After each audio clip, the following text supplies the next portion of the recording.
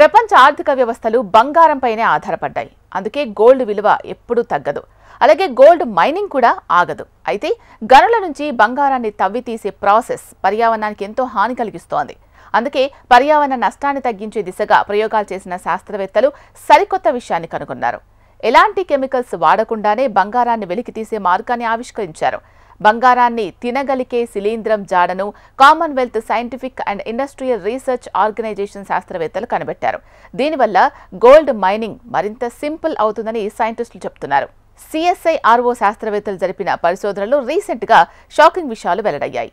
బంగారు నిక్షేపాలను కనుగొనడానికి రీసెర్చర్లు మొక్కలు, నేలలు, నీటిలో వెతకడం మొదలుపెట్టారు.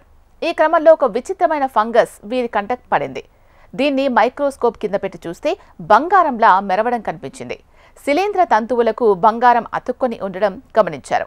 మైసీలియం అనే తంతువులు బంగారపు అణువులను అబ్జార్బ్ చేసుకోవడానికి శిలీంధ్రానికి తోడ్పడుతున్నట్లు గ్రహించారు. సాధారణంగా బంగారం కెమికల్గా రియాక్ట్ అవ్వదు. అందులోనూ ప్రాణంతో ఉన్న జీవికి బంగారం అతుక్కుపోవడం చాలా అరుదుగా జరుగుతూ ఉంటుంది. పైగా ఫంగస్ కణాలకు బంగారం అటాచ్ అయినప్పుడు కూడా అవి మరింత వేగంగా ఎదగడం, ఆరోగ్యంగా ఉండడం కనిపించింది. అందుకే ఈ డిస్కవరీని శాస్త్రవేత్తలు ప్రత్యేకంగా చూస్తున్నారు. రిపోర్ట్ల ప్రకారం ఈ శిలీంధ్రం ఫ్యూసేరియం యాక్సిస్పోరం జాతికి చెందింది. ఇవి వాటి తంతువుల్లో లేదా శరీరంపై బంగారం పేరుకుపోయేలా కెమికల్ రియాక్షన్స్ జరుపుతాయి. ఇలాంటిదే మరొక జాతి క్యాండిడా రుగోపెల్లిక్యులోసా కూడా బంగారాన్ని ఆకర్షించే శక్తి కలిగి ఉంది.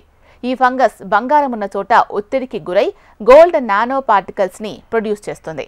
బంగారాన్ని స్థిరంగా ఉంచేందుకు ప్రత్యేకమైన పాలిసాకరైడ్లు, ప్రోటీన్లను విడుదల చేస్తాయని శాస్త్రవేత్తలు చెబుతున్నారు.